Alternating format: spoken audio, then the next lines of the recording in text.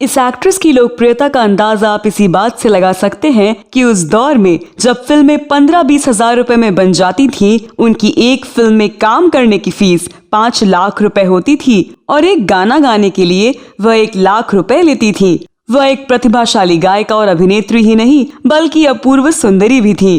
उन्होंने फिल्मों में अपने ही बलबूते पर एक अलग जगह बनाई और एक मामूली अभिनेत्री से चोटी की नायिका बनी। जब दर्शक सिनेमा हॉल में उनकी कोई फिल्म देखने आते थे तो पर्दे पर उनकी तस्वीर देखते ही शोर मचाने लगते थे और तस्वीर को छूने के लिए एक दूसरे से होड़ करने लगते थे। आज मैं जिस हस्ती की बात करने जा रही हूँ, उनकी आवाज में एक ऐसा जादू था कि वह जो भी गीत गाती थी उसे सुनकर सुनने वाले सपनों की एक मीठी सी दुनिया में पहुँच जाते थे। बिना किसी साज के भी उनकी आवाज श्रोताओं को मंत्रमुग्ध कर देती थी। मैं बात कर रही हूँ भारत की पहली फीमेल स्टार कानन देवी की, जिन्होंने न केवल अभिनय और गायकी की दुनिया में अभूतपूर्व मिसाल कायम की बल्कि आत्मसम्मान के मामले में भी मिसाल पैदा की थी। वह ऐसी गरिमामयी थी कि वह फिल्में छोड़ देती थी लेकिन फिल्म निर्माता की कोई गलत डिमांड को नहीं मानती थी। उनकी पर्सनल लाइफ की बात करें तो उनका दिल जब एक फैन पर आ गया तो उन्होंने उस फैन से ही शादी कर ली, लेकिन उनकी शादी का ऐसा विरोध हुआ कि लगभग पूरा कोलकाता ही उनके खिलाफ हो गया। इस वीडियो में मैं आपकी दोस्त और होस्ट स्तुति कानन देवी की प्रोफेशनल और पर्सनल लाइफ के बारे में बात करने जा रही हूँ।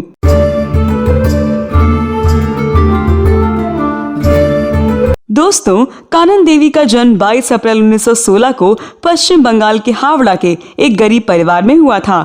न उनके पिता का नाम पता था न माँ का। कानन देवी को दंपत्ति रतन चंद्र दास और रजो बाला ने पाला तो वो उन्हें ही अपना माता पिता समझने लगी, लेकिन जब वह मात्र 6 साल की थी तब उनके गोद लेने वाले पिता की भी मौत हो गई। उनके घर में कमाने वाला कोई नहीं था। जो माँ के जेवर थे वो भी रतन चंद्र दास का कर्ज चुकाने में बिक गए। किराए के घर से भी माँ बेटी को निकाल दिया गया क्योंकि किराया चुकाने के पैसे नहीं थे।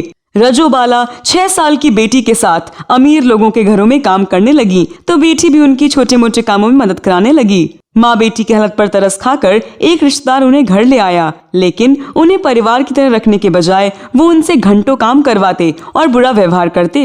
रिश्तेदारों के जुल्म बढ़ने लगे। एक दिन रजो बाला के हाथों एक चाइनीज प्लेट टूटते ही रिश्तेदारों ने उन्हें खूब जलील किया। कानन से बर्दाश्त नहीं हुआ और वो माँ को लेकर निकल पड़ी। कानन ने रोज जलील होने से बेहतर भूखा मरना समझा। 7 साल की कानन देवी ने फैसला कर लिया कि अब वो किसी के भी घर में नहीं रहेंगी। 7 साल की उम्र में किए गए इस फैसले पर कानन ने ताउम्र अमल किया। 2 शादियां की, लेकिन उन्होंने पति के घर रहने के बजाय पतियों को अपने घर में रखा। खैर, रिश्तेदारों का घर छोड़ने के बाद कानन और रजो बाला हावड़ा लौट आए। यहाँ उन्होंने एक वैश्यालय के पास रहना शुरू किया। छोटे मोटे काम करके घर चलाते रहे। माँ बेटी की आर्थिक हालत पर तरस खाते हुए एक फैमिली फ्रेंड तुलसी बैनर्जी, जो कि स्टेज आर्टिस्ट थे, उन्होंने 10 साल की कानन का मदन थिएटर और ज्योति थिएटर में परिचय करवाया। कानन कम उम्र से ही बेहद खूबसूरत और तेज दिमाग की लड़की थी। मदन मूवी स्टूडियो ने इनकी खूबसूरती से इम्प्रेस होकर इन्हें 5 रुपए महीने की पगार पर जयदेव फिल्म में साइन किया। फिल्म में एक छोटा सा रोल मिला। दरअसल कानन का कॉन्ट्रैक्ट 25 रुपए का था, लेकिन थिएटर वाले उन्हें सिर्फ 5 रुपए ही देते थे। 1928 से 31 तक कानन ने चंद फिल्मों में काम किया और इस दौरान उन्होंने म्यूजिक कंपोजर हिरेन बोस, गीतकार धीरेन दास और कवि काजी नजरुल इस्लाम के साथ कुछ गाने भी रिकॉर्ड किए। ये वो दौर था जब महिलाओं की फिल्म इंडस्ट्री में काफी कमी थी। फिल्मों में आने वाली ज्यादातर महिलाएं या तो तवायफ थीं या विदेशी। फिल्मों में आने वाली महिलाओं के साथ कभी सम्मानजनक बर्ताव नहीं किया जाता था। कानन सुंदर थी तो कई डायरेक्टर उन पर बुरी नजर रखते थे, लेकिन कानन ने कभी आत्मसम्मान से समझौता नहीं किया और इस कारण वह कई फिल्मों से निकाली भी गयी। कानन बचपन में आर्थिक तंगी के चलते कभी स्कूल नहीं जा सकी, लेकिन पैसे आते ही कानन ने अपने लिए पुराण, इंग्लिश, गणित, इतिहास की जानकारी हासिल करने के लिए पर्सनल ट्यूटर रखा था। उन्होंने शंकराचार्य, ऋषि प्रेम, जोरे बारात, विष्णु माया और प्रहलाद जैसी कई बेहतरीन फिल्मों में अभिनय करके गहरी छाप छोड़ी। विष्णु माया और प्रहलाद फिल्म में कानन देवी ने पुरुष का लीड रोल प्ले किया। मनमई गर्ल्स स्कूल से कानन का नाम कानन बाला पड़ा और फिर इन्होंने अपना नाम कानन देवी कर लिया। 21 साल की उम्र में कानन देवी अपनी खूबसूरती और बेहतरीन अदाकारी के लिए मशहूर हो चुकी थी। राधा फिल्म कंपनी के साथ काम करते हुए कानन देवी एक सुपरस्टार बन चुकी थी। ये अपने जमाने की हाईएस्ट पेड एक्ट्रेस थी। जब फिल्म का बजट 15 से 25,000 रुपए और टिकट करीब 30 पैसे हुआ करती थी, उस जमाने में कानन एक गाने के लिए 1 लाख रुपए और फिल्म की 5 लाख रुपए फीस लेती थी। फिल्मों में कानन देवी के पहने गए गहने, कपड़े और उनकी हेयर स्टाइल को हर तबके के लोगों के द्वारा कॉपी किया जाने लगा। वो जहां जाती वहां एक नजर पाने के लिए चाहने वालों की भीड़ लग जाती। इन्हें हाई सिक्योरिटी के साथ ही कहीं भी आना जाना मिलता था। इन्होंने कुल 57 फिल्मों में काम किया। वहीं इन्होंने करीब 40 गानों को आवाज दी। ये फिल्म जगत की पहली महिला थी जिन्हें पुरुष प्रधान इंडस्ट्री में मैडम कहकर बुलाया जाता था। रुतबा ऐसा था कि कोलकाता के एक फंक्शन में स्टेट गवर्नर भी इन्हें आता देख अपनी सीट छोड़कर खड़े हो गए थे। भारत ही नहीं, कानन देवी को हॉलीवुड मैगजीन में भी गिफ्टेड सिंगर कहा गया था। बेहतरीन गायकी के कारण कानन देवी को मेगाफोन ग्रामोफोन कंपनी ने बतौर सिंगर हायर कर लिया। उन्होंने भीष्मदेव चटर्जी, अनादि दास्तेदर जैसे दिग्गजों से भी ट्रेनिंग ली। ये न्यू थिएटर कंपनी की टॉप सिंगर बनी, लेकिन उन्होंने 1941 में कंपनी से कॉन्ट्रैक्ट खत्म कर लिया और हिंदी और बंगाली फिल्मों में काम करने लगी। हिंदी सिनेमा में कानन देवी ने यहाँ के दिग्गज कलाकारों के.एल. सहगल, पंकज मलिक, प्रथमेश बरुआ, पहाड़ी सान्याल, छवि बिस्वास, अशोक कुमार के साथ भी काम किया। 1930 में कानन देवी की मुलाकात अशोक मैत्रा से हुई। ये सिटी कॉलेज के प्रिंसिपल और ब्रह्म समाज के लीडर हेराम्बा चंद्र मैत्रा के बेटे थे। दोस्तों के साथ जन्मदिन का जश्न मनाते हुए अशोक ने अपने दोस्तों से कहा कि उनका जन्मदिन तब सफल होगा जब कानन देवी उनसे मिलेंगी। दोस्तों ने नशे में चूर अशोक को कानन देवी के कपाली तला लेन स्थित घर में उतार दिया। आधी रात को कानन देवी ने देखा कि सूट बूट पहना एक नौजवान उनके घर के पास बेहोश पड़ा है। कानन देवी जमीन पर बैठी और अशोक का सिर अपनी गोद में रख लिया।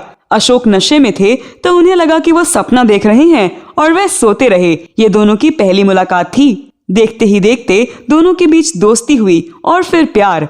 लेकिन जब शादी का समय आया तो परिवार खिलाफ हो गया। अशोक के पिता ब्रह्म समाज के लीडर थे और कानन देवी कोलकाता की सेक्स सिंबल बन चुकी थी। परिवार पर दाग लगने के डर से अशोक के घर वाले कानन को अपनाने के लिए तैयार नहीं हुए। जब अशोक मैत्रा के पिता हेराम्बा का निधन हुआ तो उन्होंने कानन देवी से समाज के खिलाफ जाकर 1940 में शादी कर ली। 25 साल की कानन ने जब 36 साल के अशोक से शादी की तो हंगामा मच गया। खबरें आते ही पूरे कोलकाता शहर के लोग विरोध करने लगे कि ब्रह्म समाज में एक नाचने गाने वाली हीरोइन बहू कैसे बन सकती है। जब मशहूर कवि गुरुदेव रविंद्रनाथ टैगोर ने तोहफे में कानन को अपना साइन की हुई एक तस्वीर भेजी और ये खबर अखबारों में छपी तो लोग उनके भी खिलाफ हो गए। कई लोगों ने रविंद्रनाथ को फोन करके उनकी निंदा की और धमकियां दी। दरअसल कानन देवी ने रविंद्रनाथ टैगोर के लिखे कुछ गानों को आवाज दी थी जिससे उनका परिचय हुआ था। कानन के पास 2 विकल्प थे, पहला शादीशुदा जिंदगी बचाती और दूसरा फिल्मी करियर। लेकिन अपनी शर्तों पर जीने वाली कानन ने शादी भी की और फिल्मों में काम करना जारी रखा। उस जमाने में ज्यादातर एक्ट्रेसेस शादी के बाद फिल्में छोड़ दिया करती थीं। जब कानन ने समाज के बहिष्कार के बावजूद फिल्मों में काम किया तो उनके घर के बाहर रोजाना विरोध प्रदर्शन होने लगे। लोग गालियां देते और ब्रह्म परिवार पर भी शादी तोड़ने का दबाव बनाते। कानन जहां जाती वहां भीड़ उनके खिलाफ नारेबाजी करती थी। जो भीड़ पहले कानन की एक झलक पाने के लिए खड़ी होती थी, वही भीड़ अब विरोधियों में तब्दील हो चुकी थी।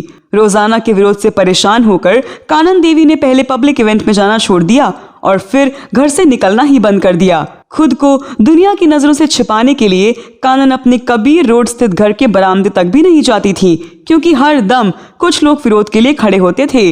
उन्हें परेशान करने वालों में इंडस्ट्री के भी लोग थे। फिर पति अशोक ने भी साथ देने के बजाय विरोध शुरू कर दिया। वो भी कानन के फिल्मों में काम करने के खिलाफ हो गए। मीडिया, आम जनता के बाद अब घर में लड़ाई शुरू हुई, लेकिन कानन फिल्में छोड़ने के लिए तैयार नहीं हुई। जब भी इंडस्ट्री से जुड़े किसी व्यक्ति का कॉल आता तो कानन के घर में झगड़े शुरू हो जाते। हालात इतने बदतर हो गए कि पति उनके हाथ से फोन तक छीन लिया करता था। जब पति के जुल्म बढ़ने लगे तो कानन ने फिल्में छोड़ने के बजाय 1945 में पति अशोक मैत्रा को ही तलाक दे दिया। हालांकि सास कुसुम कुमारी मैत्रा से उनके रिश्ते बरकरार रहे। कुसुम कुमारी ने सालों बाद कानन की बाहों में ही दम तोड़ा। तनाव भरी शादीशुदा जिंदगी जीते हुए कानन देवी की हॉस्पिटल, चंद्रशेखर जैसी कई फिल्में बुरी तरह फ्लॉप हो गईं। आखिरकार उन्होंने फिल्मों से दूरी बना ली। तलाक के बाद भी कानन ने अपनी बुक में पति अशोक का आभार जताया। क्योंकि वो समाज में सम्मान दिलाने वाले उन्हें पहले व्यक्ति थे। 1947 में कानन देवी विदेश फिल्म इंडस्ट्री को करीब समझने के लिए विदेश चली गईं। वहां उन्हें हॉलीवुड के legendary actors Clark Gable, Spencer Tracy, Robert Taylor जैसी कई हस्तियों से रूबरू होने का मौका मिला। वापस आकर कानन ने चंद फिल्में की और फिर खुद का प्रोडक्शन हाउस श्रीमती प्रोडक्शन शुरू किया। पुरुष प्रधान फिल्म इंडस्ट्री में कानन देवी तीसरी महिला थी जिन्हें फिल्मों का सर्वोच्च सम्मान दादा साहब फाल्के अवार्ड मिला। कानन देवी से पहले देविका रानी और रूबी मेयर्स को यह सम्मान मिल चुका था। ये अवार्ड उन्हें 1977 में मिला। इसके पहले 1968 में उन्हें पद्मश्री से भी सम्मानित किया गया। 1949 में कानन देवी ने हरिदास भट्टाचार्य से दूसरी शादी की, जो कि बंगाल सरकार में एडीसी थे। दोनों की मुलाकात टोलीगंज कोलकाता के एक स्कूल फंक्शन में हुई। 1949 में ही कानन ने बेटे सिद्धार्थ को जन्म दिया। शादी के बाद हरिदास ने सरकारी नौकरी छोड़कर कानन का साथ दिया और 1952 से उनके प्रोडक्शन में बनने वाली फिल्में डायरेक्ट करना शुरू कर दी। हरिदास ने कई हिट फिल्में डायरेक्ट की, लेकिन उन्होंने हमेशा कानन देवी के पति के रूप में ही पहचान पाई। ये चीज दोनों के झगड़ों का कारण भी बना। झगड़ों की वजह बदलती गई और आखिरकार 4 अप्रैल 1987 को हरिदास ने कानन का घर छोड़ दिया। हरिदास ने कानन से रिश्ता तो खत्म कर लिया, लेकिन तलाक नहीं दिया। जब कानन बीमार रहने लगी तो हरिदास ने ही उनका इलाज करवाया। लंबी बीमारी के बाद 17 जुलाई 1952 में कानन का कोलकाता में निधन हो गया, लेकिन हरिदास ने उनके अंतिम संस्कार में आना जरूरी नहीं समझा। तो दोस्तों, आप कानन देवी के बारे में क्या कहना चाहते हैं? आपके पास कानन देवी से जुड़ी कोई और जानकारी हो तो अवश्य साझा करें। यह वीडियो कैसा लगा कमेंट बॉक्स में जरूर बताएं। अगले वीडियो में मैं फिर फिल्मों, गीतों और फिल्मी हस्तियों के बारे में जानी अनजानी जानकारियां लेकर हाजिर हो जाऊंगी। अगले वीडियो में फिर मुलाकात होगी। तब तक के लिए नमस्कार।